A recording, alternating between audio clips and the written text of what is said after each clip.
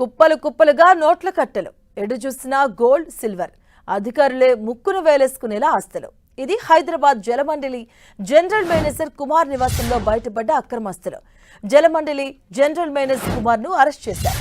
ఇక కుమార్ నివాసంలో నిన్నంతా ఏసీబీ అధికారులు సోదాలు నిర్వహించారు. ఆదాయానికి మించిన ఆస్తులు ఉన్నాయన్న ఆరోపణలతో ఈ తనిఖీలు కొనసాగాయి.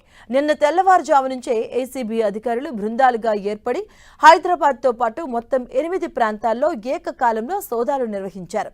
మలాపూర్లోని కుమార్ ఇంట్లో ఏసీబీ డీఎస్పీ మజీద్ అలీఖాన్ ఆధ్వర్యంలో ఈ తనిఖీలు చేశారు. జీఎం కుమార్ బంధువుల ఇళ్లలోనూ సోదాలు కొనసాగించారు. ఏసీబీ తనిఖీల్లో భారీగా నగదును అధికారులు స్వాధీనం చేసుకున్నారు. కుప్పలుగా ఉన్న నోట్ల కట్టలు చూసి అధికారులు ఆశ్చర్యానికి గురయ్యారు. ఇంట్లో ఎక్కడ చూసినా నోట్ల కట్టలే దర్శనమివ్వడంతో ఆ నగదు లెక్కింపునకు కౌంటింగ్ మిషన్స్ ను అధికారులు వినియోగించారు. దాదాపు 1.20 కోట్ల నగదు, 1.5 కిలోల బంగారు ఆభరణాలు, 2.5 కిలోల వెండిని స్వాధీనం చేసుకున్నారు. నిజామాబాద్లో 3 ఎకరాల వ్యవసాయ భూమి, హైదరాబాద్లోని ఓ గేటెడ్ కమ్యూనిటీలో 3 ఫ్లాట్లు, 6 ఓపెన్ ప్లాట్లను అధికారులు గుర్తించారు. ఇక బ్యాంకు లాకర్లను ఓపెన్ చేసి మరిన్ని ఆస్తులను గుర్తించేందుకు ఏసీబీ అధికారులు సిద్ధమయ్యారు. మలాపూర్లోని కుమార్ నివాసంలో 2 కార్లను సీజ్ చేశారు.